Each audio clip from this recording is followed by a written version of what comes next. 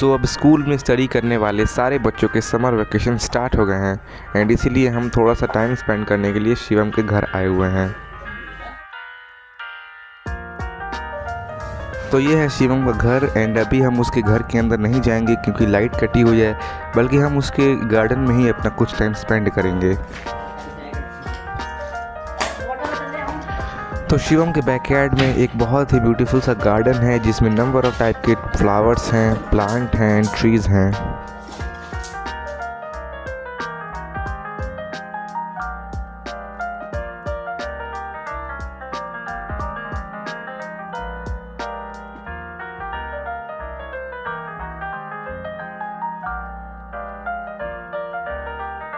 शिवम के पास एक मैंगो का ट्री है, बट अभी जो मैंगो उसके पेड़ पर हैं वो कच्चे हैं, बट कच्चे आम को खाने में भी मज़ा आता है, इसलिए हमने शिवम से कहा कि जाओ और कच्चे आम लेकर आओ।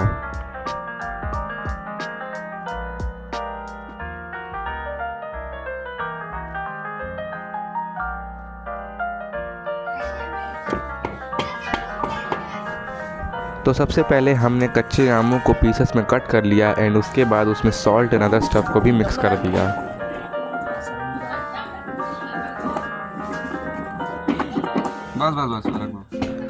सॉल्ट एंड अदर स्टफ़ को मिक्स करने के बाद हमने उसमें चिली पिकल को भी ऐड कर दिया। चिली पिकल का मतलब होता है मिर्ची का अचार।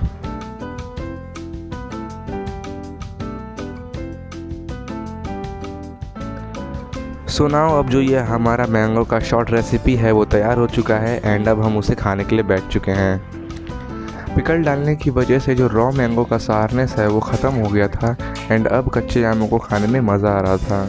वैसे इस रेसिपी के बारे में मुझे कुछ आइडिया नहीं था, मैं तो इसे ऐसे ही खाने वाला था, बट शिवम ने इस रेसिपी को रेडी किया जिसकी वजह से इसका टेस्ट और भी इंक्रीज़ हो गया। सो जिस काम के लिए मैं यहाँ पर आया था वो मैं स्टार्ट करने जा रहा हूँ। असल में बात ये है कि मैं यहाँ पर अपने साथ अपने कुछ किताबें और नोटबुक साथ लेकर आया था ताकि मौका मिलने पर मैं कुछ पढ़ सकूँ।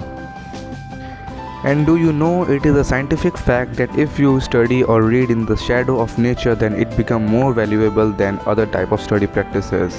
एंड मैं ऐसा इसलिए कह रहा हूँ क्योंकि मैंने खुद इस चीज़ को एक्सपीरियंस किया है एंड अभी इस गार्डन में बैठकर जो पेड़ पौधों के साथ मैं टाइम स्पेंड कर रहा हूँ वो बहुत ही फैसिनेटिंग है।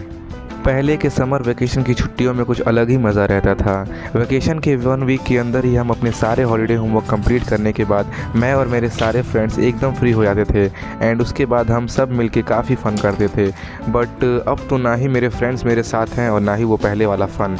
मेरे साथ साथ मेरे फ्रेंड्स भी अपने इस फ्यूचर को सेट करने में लगे हुए हैं एंड इन्हीं सब कामों में हम कहीं ना कहीं अपने पुराने यादों से दूर हो चुके हैं। इस बार की गर्मियाँ पहले जैसे नहीं हैं। अब इस समर में टेम्परेचर भी काफ़ी इंक्रीज़ हो गया है जिसकी वजह से कोई भी वर्क करना बहुत डिफ़िकल्ट है।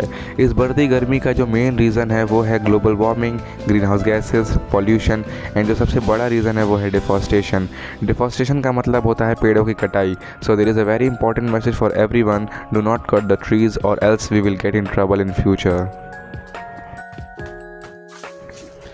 शिवम एक बास्केटबॉल प्लेयर है, वो बहुत अच्छा बास्केटबॉल खेलता है। यहाँ पे शिवम और आरिफ दोनों वॉलीबॉल खेल रहे हैं। शिवम को खेलते खेलते गर्मी होने लगी, इस वजह से उसने अपना टी शर्ट उतार दिया है।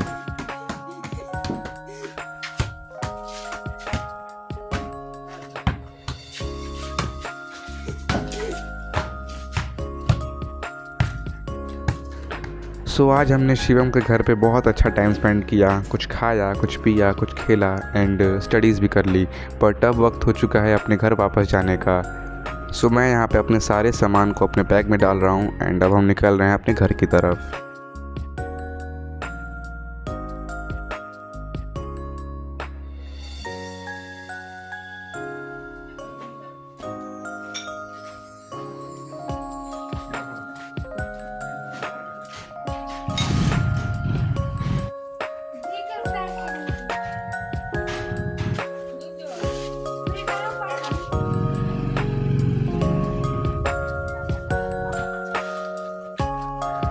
तो मैं इस ब्लॉग को यहीं पे एंड करता हूँ, but more videos are coming in future, so please stay tuned with me, stay happy, stay safe, see you soon guys.